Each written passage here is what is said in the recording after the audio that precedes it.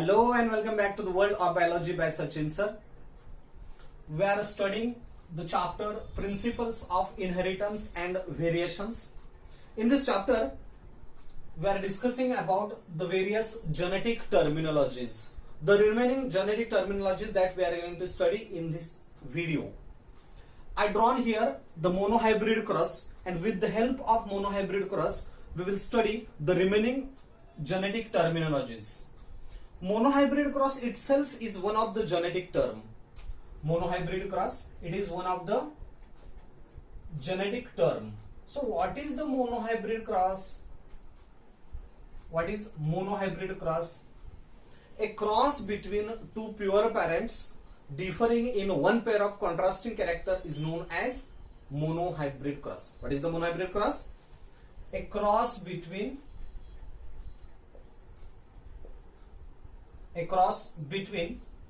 two pure parents differing in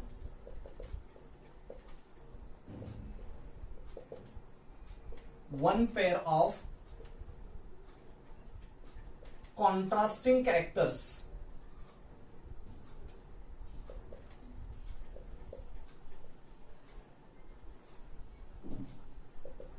One pair of contrasting characters is known as monohybrid cross. What is the monohybrid cross? काय definition घेतले आपण इथं बघा. A cross between two pure parents differing in one pair of contrasting characters is known as monohybrid cross. ज्या cross मध्ये दोन pure parents घेतलेले असतात, दोन होमोझायगस पेरेंट्स घेतलेले असतात आणि त्यामध्ये एक कॉन्ट्रास्टिंग कॅरेक्टर्सची जर पेअर असेल, दोन प्युअर पेरेंट्सचा क्रॉस घेतलाय, दोन प्युअर पेरेंट्सचा क्रॉस घेतलाय आणि त्यामध्ये एक कॉन्ट्रास्टिंग कॅरेक्टरची पेअर कन्सिडर केलेली असते स्टडीसाठी, अशा क्रॉसला मोनोहायब्रिड क्रॉस असं म्हणायचं. बघा पुन्हा एकदा definition. A cross between two pure parents differing in one pair of the contrasting character. A cross between two pure parents differing in one pair of contrasting character is known as monohybrid cross. ज्या cross मध्ये दोन pure parents घेतलेत आणि त्यामध्ये एक contrasting कॅरेक्टर्सची pair असेल तर तो असतो मोनोहायब्रिड क्रॉस. इथं आपण पेरेंटल जनरेशन मध्ये P1 म्हणजे पेरेंटल जनरेशन, हे लास्ट लेक्चर मध्ये आपण बघितलं होतं. पेरेंटल जनरेशन मध्ये दोन पी प्लांट्स घेतलेले आहेत. Pea plant suppose female crossed with pea plant suppose male. Male आणि फिमेल प्लांटचा पी प्लांटचा हा क्रॉस आहे आणि हे दोनही पेरेंट्स प्युअर पेरेंट्स आहेत. प्युअर पेरेंट्स म्हणजेच काय? Pure parents are also said to be pure lines. Pure parents ना प्युअर लाईन्स असंही म्हणायचं. म्हणजेच काय? The parents or the organism which breed true for a given character known as pure line. ही सुद्धा एक जेनेटिक टर्मिनॉलॉजी आहे. What are the pure lines? The organisms which breed true for a given character. The organism which breed true for a given character is known as pure line. जो organism एखाद्या कॅरेक्टरसाठी किंवा अनेक कॅरेक्टरसाठी truly breed होतो, अशा ऑर्गॅनिझमला किंवा ऑर्गॅनिझम्सना pure lines असं म्हणतात. आपण प्लुरल फॉर्म घेऊ. Plural form. The organisms which breed true for a given character are known as pure lines. जे ऑर्गॅनिझम्स एका कॅरेक्टरसाठी किंवा अनेक कॅरेक्टरसाठी प्युअरली ब्रीड होतात, generation after generation purely breed होतात, अशा ऑर्गॅनिझम्सला म्हणतात प्युअर लाईन्स. म्हणजे समजा आपण हे एक ग्रुप ऑफ प्लांट घेतलाय. This is the group of plants. यामध्ये अनेक पी प्लांट्स आहेत, मेनी पी प्लांट्स आहेत. 1 2 3 4 5 6 7 8 मेनी पी प्लांट्स आहेत आणि समजा जर हे प्लांट्स टॉल असतील, हे सगळे प्लांट्स टॉल असतील, अशा टॉल प्लांट्सचा आपण ग्रुप घेतलाय, यातले कोणतेही 2 टॉल पी प्लांट्स घ्या आणि त्यांचा क्रॉस करा मेल फिमेल्सचा, त्यातून आपल्याला सगळे प्लांट्स टॉलच मिळतील. जर समजा मिळालेल्या अनेक टॉल प्लांट्स मध्ये जर दोघांमध्ये आपण क्रॉस घेतला आणि त्यामधून जर मिळणारे प्लांट्स हे टॉलच मिळाले सगळे, अशा ह्या टॉल प्लांट्स मध्ये पुन्हा आपण क्रॉस घेतला आणि मिळणारे प्लांट्स हे पुढे अजूनही टॉलच असणार आहेत किंवा असतील, तर या ग्रुपमध्ये असणारे प्लांट्स हे प्युअर असतात, प्युअर लाईन्स असतात. आणि या प्लांट्स मध्ये टॉलनेस साठीचा जिनोटाइप हा नेहमी कॅपिटल टी असतो. समजलं? जर आपण एखादा प्लांट्सचा, एखादा ऑर्गॅनिझम्सचा ग्रुप घेतला ज्या ग्रुपमध्ये अनेक इंडिव्हिज्युअल्स आहेत, हा एक ग्रुप आहे आणि त्यामध्ये अनेक इंडिव्हिज्युअल्स आहेत एकाच स्पीसीसचे, आपण पी प्लांटचा हा ग्रुप घेतलेला आहे आणि त्या पी प्लांट मध्ये सगळे प्लांट्स हे टॉल आहेत, सगळे प्लांट्स टॉल आहेत. त्यातल्या कोणत्याही 2 ऑर्गॅनिझम्स मध्ये टॉल इंडिव्हिज्युअल्स मध्ये आपण क्रॉस घेतला, या क्रॉस मधून आपल्याला टॉल प्लांट्स मिळाले. नंतर मिळालेल्या टॉल प्लांट्स मध्ये पुन्हा दोघांमध्ये क्रॉस घेतला, पुन्हा टॉल प्लांट्स मिळाले. ते जे अनेक टॉल प्लांट्स मिळाले त्याच्यामध्ये क्रॉस घेतला, पुन्हाही आपल्याला टॉलच सगळे प्लांट्स मिळतात, यात एकही डॉर्फ प्लांट मिळत नाही. तेव्हा हे जे प्लांट्स असतात हे सगळे प्युअर लाईन्स म्हणता येतील आणि त्यांचा जिनोटाइप हा नेहमी कॅपिटल टी असा असतो. कॅपिटल टी असा असतो. जर समजा ह्या ग्रुपमध्ये एखादं प्लांट कॅपिटल टी जिनोटाइपचा असेल आणि दुसरं प्लांट स्मॉल टी जिनोटाइपचा असेल, तर पुढच्या जनरेशन मध्ये इम्प्युअर प्लांट्स डेव्हलप होतील. म्हणजे तुम्हाला काही डॉर्फ प्लांट्स मिळतील, काही पुढच्या जनरेशन मध्ये, या जनरेशन मध्ये मिळेलच असं नाही, पण पुढच्या काही जनरेशन मध्ये डॉर्फ प्लांट्स मिळतील. म्हणजे यामध्ये कुठंतरी हायब्रिड प्लांट आहे, प्युअर लाईन नाही. हे प्लांट की ज्याचा genotype capital T small T, याला प्युअर लाईन म्हणता येत नाही, याला हायब्रिड असं म्हणता येईल, कारण याच्यामध्ये डॉर्फनेसचा एक जीन आहे, म्हणून हे प्युअर लाईन नाही, हे मात्र प्युअर लाईन आहे. डॉर्फ प्लांट्स किंवा रिसेसिव्ह प्लांट्स हे नेहमी होमोझायगस कंडिशन मध्ये असतात किंवा हे नेहमी प्युअरच असतात. रिसेसिव्ह कॅरेक्टर असणारे प्लांट्स हे नेहमी प्युअरच असतात. मात्र डॉमिनंट कॅरेक्टर असणारे प्लांट्स हे प्युअर लाईन असतीलच याचे चान्सेस नसतात. प्युअर लाईन असूही शकतात आणि हायब्रिड असूही शकतात. बघा मी काय सांगतोय तुमच्या लक्षात येते का? जर एखादं कॅरेक्टर हे डॉमिनंट कॅरेक्टर असेल तर डॉमिनंट कॅरेक्टर असणारे ऑर्गॅनिझम प्युअर लाईन पण असू शकतात आणि हायब्रिड पण असू शकतात. आणि रिसेसिव्ह कॅरेक्टर असणारं प्लांट हे रिसेसिव्ह कॅरेक्टर असणारं प्लांट हे नेहमी प्युअर लाईनच असतं, ते कधीही हायब्रिड असत नाही. म्हणजेच डॉर्फ प्लांट्स हे नेहमी प्युअर लाईनच असतं. रिंकल्ड सीड्स हे नेहमी प्युअर लाईन असतं. टर्मिनल फ्लावर्स हे नेहमी प्युअर लाईन असतात. ग्रीन सीड्स नेहमी प्युअर लाईन असतात. येलो पॉड नेहमी प्युअर लाईन असेल. कॉन्स्ट्रिक्टेड पॉड नेहमी प्युअर लाईन असेल. कारण आता जे काही कॅरेक्टर सांगितले हे सगळे कॅरेक्टर्स कसे आहेत? रिसेसिव्ह कॅरेक्टर्स आहेत आणि ते हे नेहमी प्युअर लाईन असतात. What are pure lines? पुन्हा एकदा बघा, प्युअर लाईन म्हणजे काय? The organisms which breed true for a given character. हे ऑर्गॅनिझम्स नेहमी टॉलनेस साठी ट्रूली ब्रीड होतात. म्हणजे 2 टॉल प्लांट्स पासून नेहमी टॉलच मिळतात. पुन्हा त्या टॉलचा क्रॉस घेतला तर टॉलच मिळतात. पुन्हा त्या टॉलचा क्रॉस घेतला तर पुन्हा आणखी टॉलच मिळतात. इथं कुठेही डॉर्फ मिळत नाही, म्हणून ते प्युअर लाईन्स असतात. ही एक जेनेटिक टर्म आहे. इथं आपण मोनो हायब्रिड क्रॉस मध्ये 2 प्युअर प्लांट्स घेतलेत, प्युअर लाईन्स घेतलेत आणि या 2 प्युअर प्लांट्स मध्ये क्रॉस घेतलेला आहे. म्हणजे हे टॉल प्लांट प्युअर टॉल आहे आणि हे डॉर्फ प्लांट प्युअर डॉर्फ आहे. डॉर्फ प्लांट हे नेहमीच प्युअर असते, हे वेगळं सांगण्याची गरज नाही. मात्र हे टॉल प्लांट इथं घेताना आपण प्युअर घेतलंय. Mendel firstly crossed the pure lines in his hybridisation experiment. मेंडेलने त्याच्या हायब्रिडायझेशन एक्सपेरिमेंट मध्ये नेहमी प्युअर लाईन्सचाच यूज केला. नेहमी दोन प्युअर लाईन मध्येच क्रॉस घेतलेला आहे पहिल्या जनरेशन मध्ये, आणि ते पहिलं जनरेशन असतं P1 जनरेशन. आता या मोनोहायब्रिड क्रॉस मध्ये आपण पुढे काय घेतलं, पॅरेंटल जनरेशन नंतर फिनोटाइप. फिनोटाइप म्हणजे काय, पण लास्ट व्हिडिओ मध्ये बघितलं होतं आपण, physical appearance of an organism. Physical appearance काय आहे, tall plant, dwarf plant.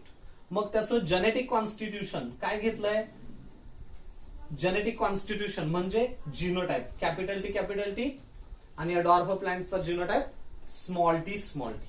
Tall प्लांटचा जिनोटाइप कॅपिटल टी, डॉर्फ प्लांटचा जिनोटाइप स्मॉल टी. आता याचे गॅमिट्स पाडायचे. Gametes means what, gametes are the sex cells formed by meiotic division. Gametes are sex cells formed by reductional division or meiosis. गॅमिट्स हे sex cells असतात आणि ते कशाने form होतात, मियोसिस मुळे. आणि मियोसिस होतं तेव्हा काय होतं, chromosomes are separated.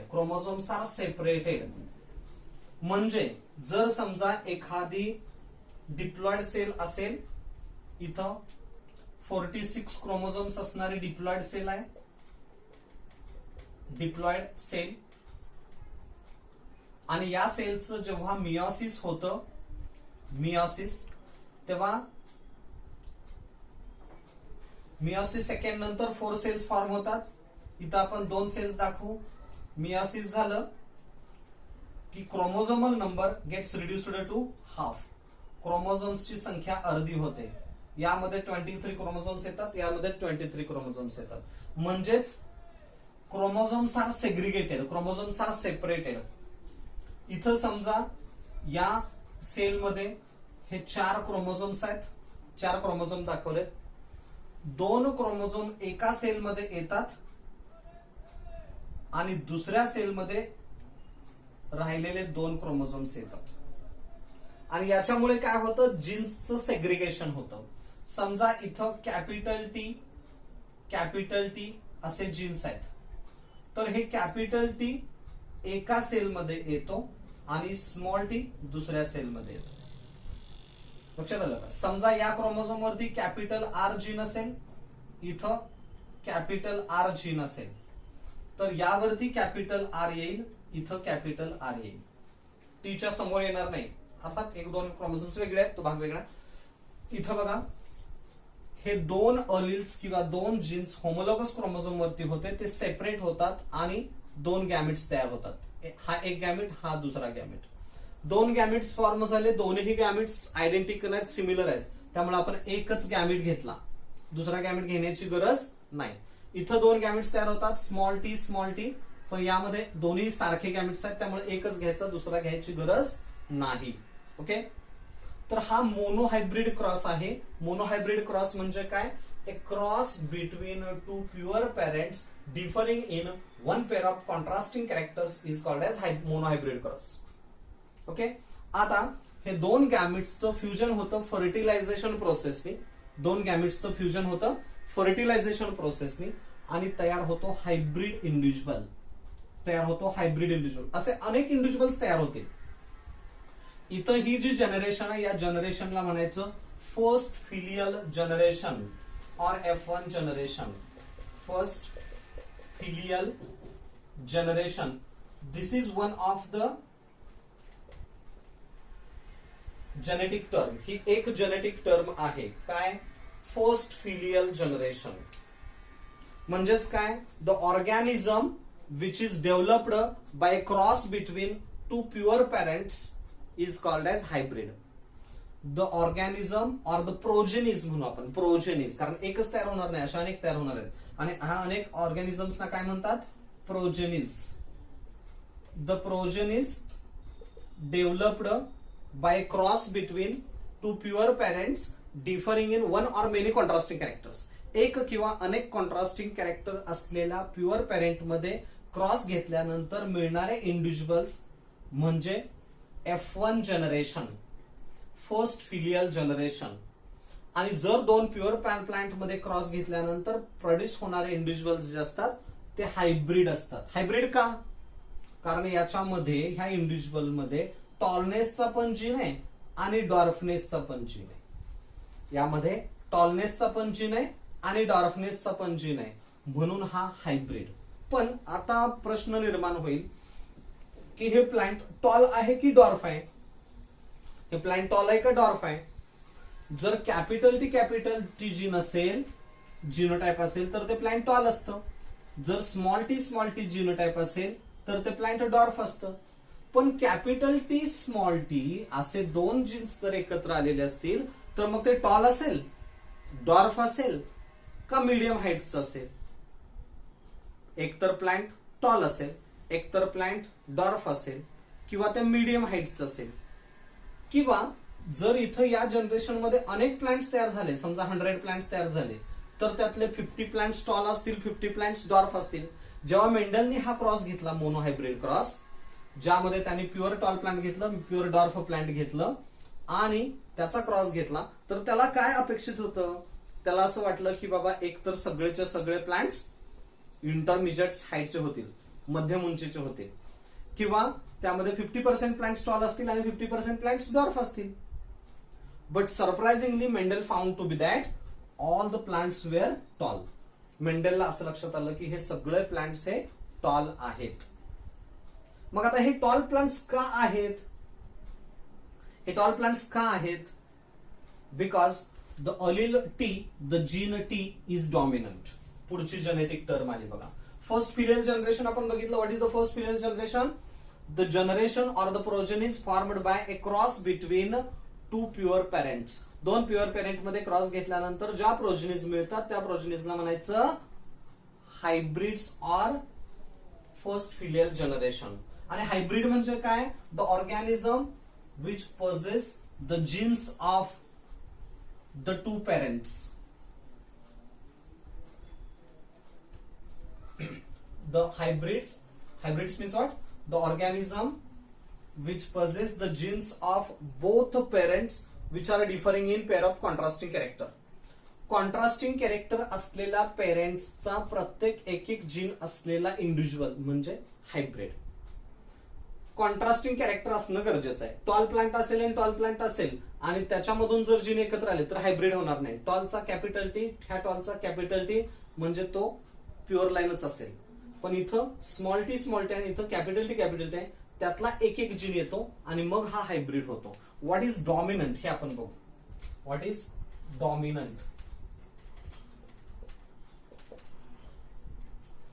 Dominant means what? The allele which express itself in a presence of its alternative allele is called as dominant. The allele which express itself in a presence of its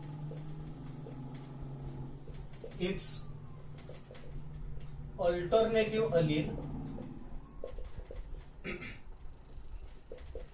is known as dominant. जो अलील त्याच्या दुसऱ्या alternative form of अलील सोबत असताना स्वतःला express करतो, अशा अलीला म्हणायचं dominant. म्हणजे कॅपिटल टी आणि स्मॉल टी हे दोन वेगवेगळे अलील्स आहेत. कॅपिटल टी हा टॉलनेसचा आहे आणि स्मॉल टी हा डॉर्फनेसचा आहे.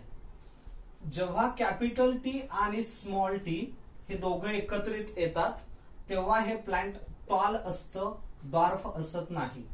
म्हणजेच हा कॅपिटल टी जीन हा डॉमिनंट अलील आहे, हा डॉमिनंट जीन आहे, हा वरचढ आहे, हा जास्त पॉवरफुल आहे आणि याला त्याचे कॅरेक्टर एक्सप्रेस होऊ देत नाही. याला त्याचे कॅरेक्टर एक्सप्रेस होऊ देत नाही म्हणून हा डॉमिनंट. आणि हा जीन, हा अलील, स्मॉल टी हा अलील कॅपिटल टीच्या प्रेझेन्स मध्ये असताना स्वतःला एक्सप्रेस करू शकत नाही, तो लपून राहतो. It remain hidden, so it is called as recessive. काय म्हटलंय बघा? The allele capital T which express itself, तो स्वतःला दाखवून देतो, त्याचे कॅरेक्टर दाखवतो, एक्सप्रेस करतो. The allele which express itself in a presence of its alternative allele. म्हणजे स्मॉल टीच्या सोबत कॅपिटल टी असताना हा कॅपिटल टी स्वतःला एक्सप्रेस करतो, हा याला वरचढ होतो, कॅपिटल टी हा स्मॉल टीला वरचढ होतो, याचे कॅरेक्टर्स लपवून ठेवतो आणि स्वतःचे कॅरेक्टर्स दाखवतो, म्हणून capital T is a dominant आणि स्मॉल टी इज रिसेसिव्ह. मग रिसेसिव्ह म्हणजे काय? What do you mean by recessive? The allele which remain hidden, the allele which remain hidden in a presence of its alternative allele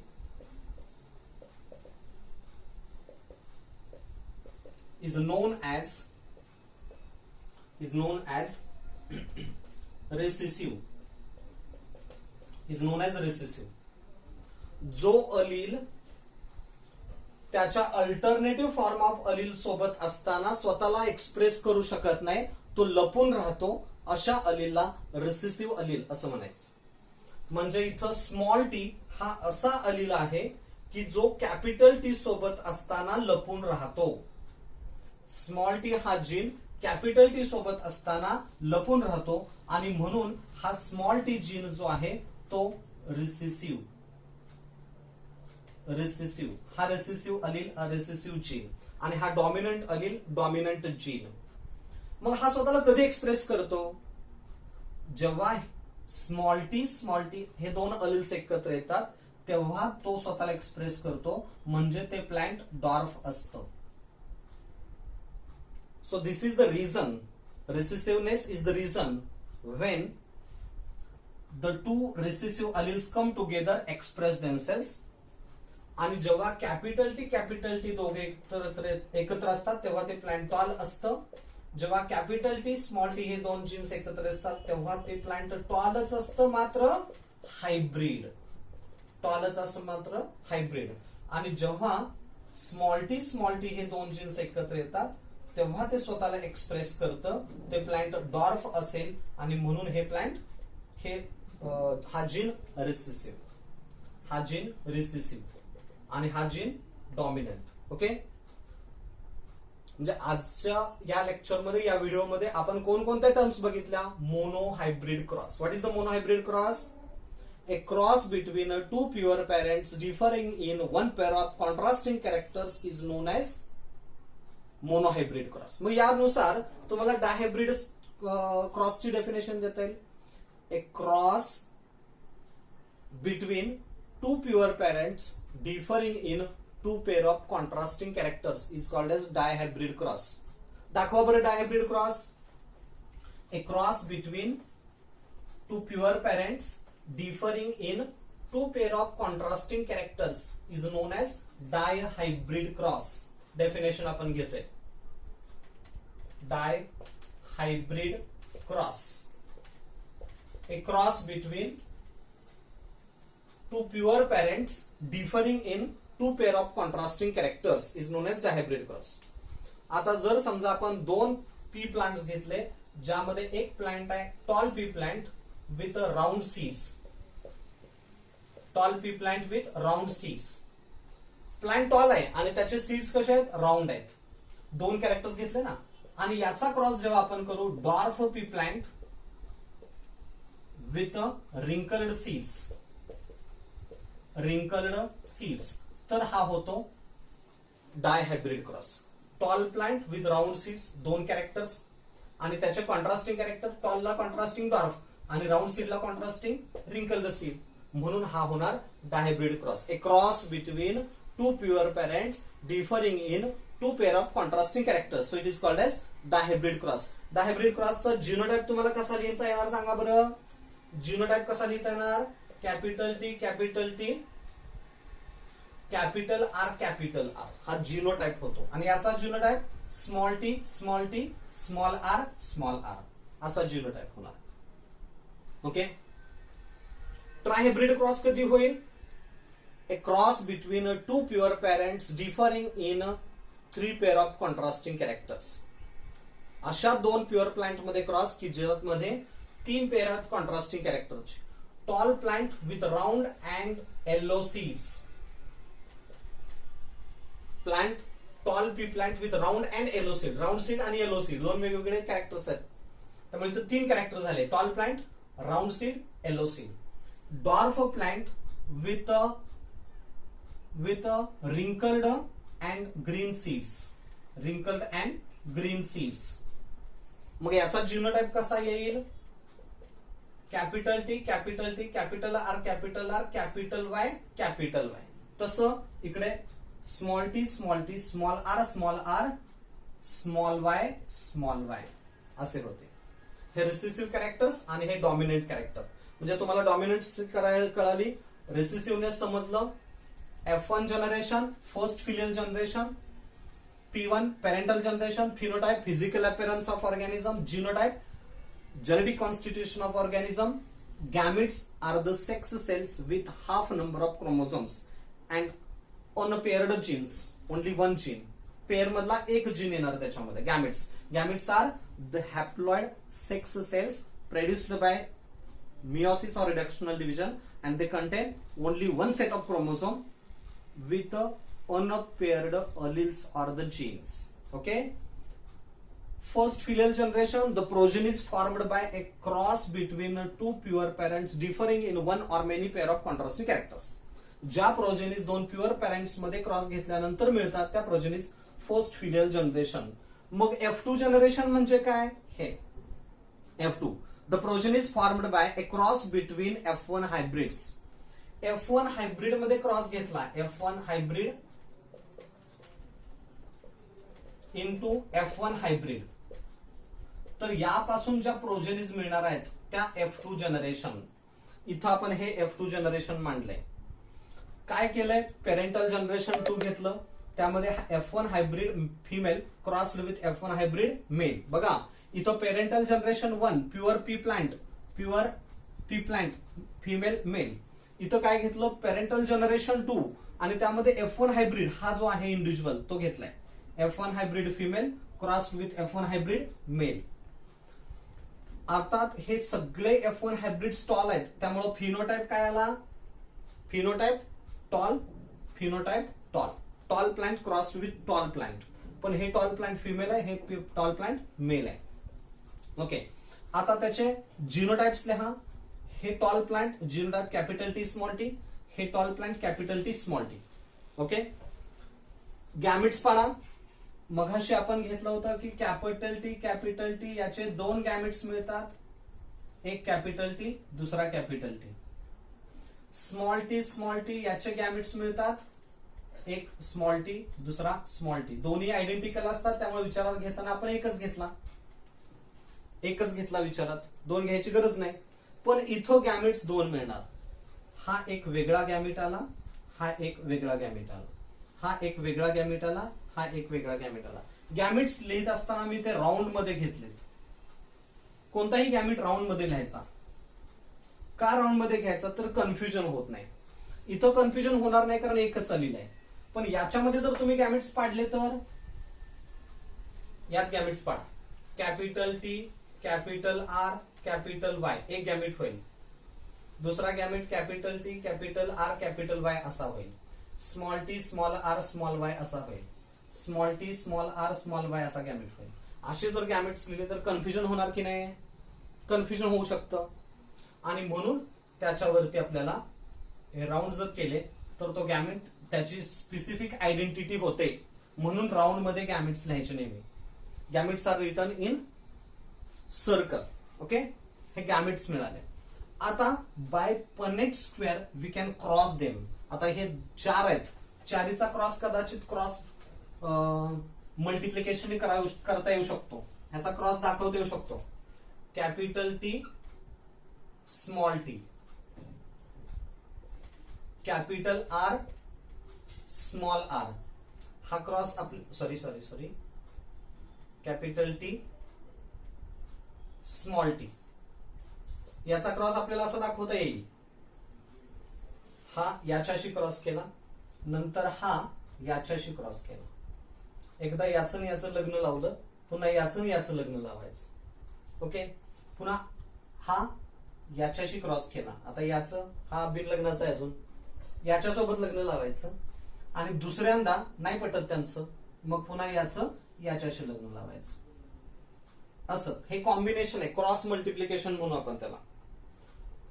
मग यामध्ये हे असंही आपल्याला करता येऊ शकतं. हे दोन एकत्र आले तर काय येतील, कॅपिटल टी कॅपिटल टी. हा आणि हा एकत्र आला काय होणार, कॅपिटल टी स्मॉल टी.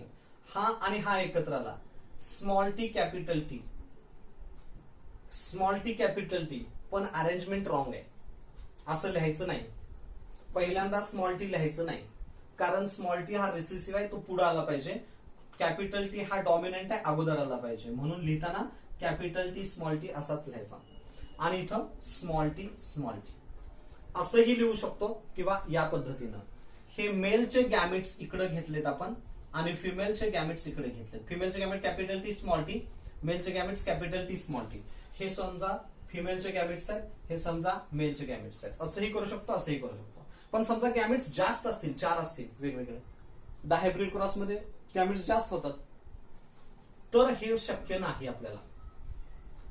हे एक एक गॅमेट्स, 2 गॅमेट्स आहेत म्हणून ठीक आहे.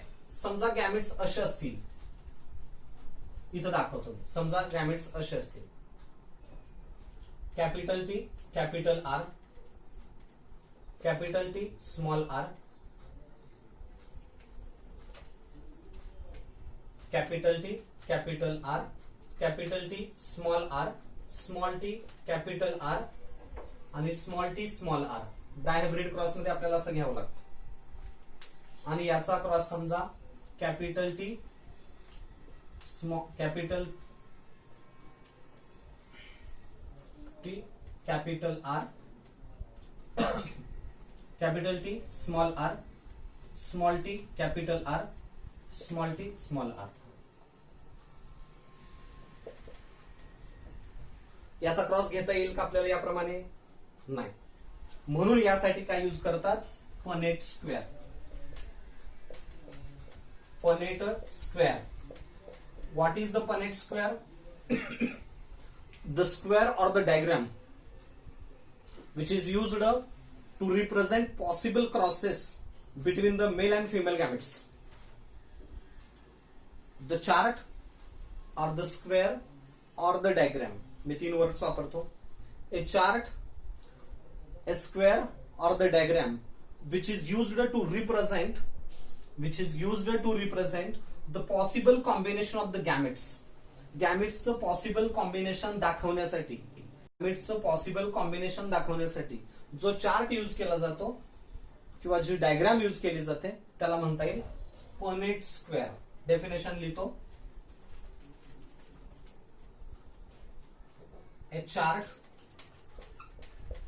और ए diagram used to represent possible combination of gametes in a given cross.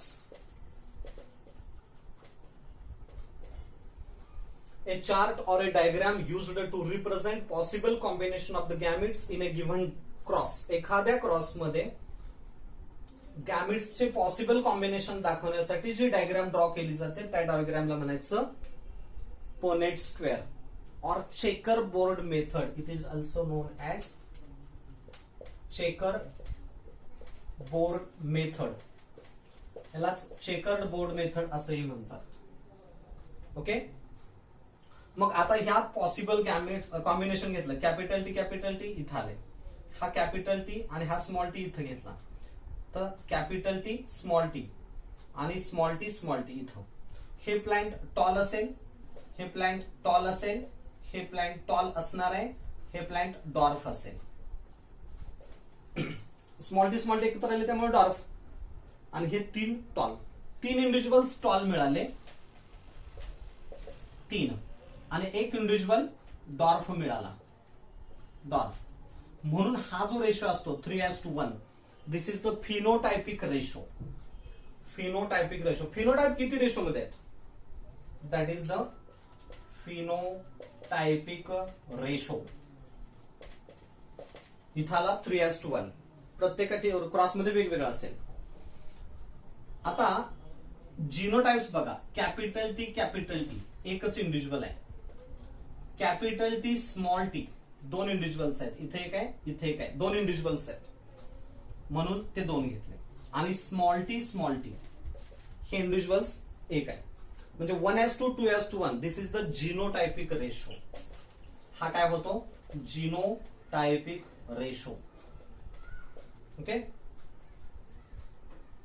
genotypic ratio that represent the proportion of individuals with respect to their genotypes. Proportion of individuals or the organisms with respect to genotype called as genotypic ratio. Phenotypic ratio म्हणजे काय? The proportion of organism, proportion of the individuals with respect to their phenotypes. Phenotypic ratio आणि genotypic ratio हे वेगवेगळे असणार आहेत. तर आजच्या या लेक्चरमध्ये आपण मोनोहायब्रिड क्रॉसच्या मदतीने वेगवेगळ्या जेनेटिक टर्म्स यूज केल्या. त्यामध्ये genotypic ratio, phenotypic ratio, monohybrid cross, dihybrid cross, त्याचबरोबर trihybrid cross. Also we studied the pure line म्हणजे काय हे स्टडी केलं, हायब्रिड म्हणजे काय हे बघितलं, P2 generation, P1 generation, phenotype, genotype, gametes अशा डिफरंट टर्मिनॉलॉजीज आपण मोनोहायब्रिड क्रॉसचे एक्झाम्पल घेऊन आज या व्हिडिओमध्ये स्टडी केलेले आहेत. पुढच्या व्हिडिओमध्ये आपण बघणार आहोत मेंडल्स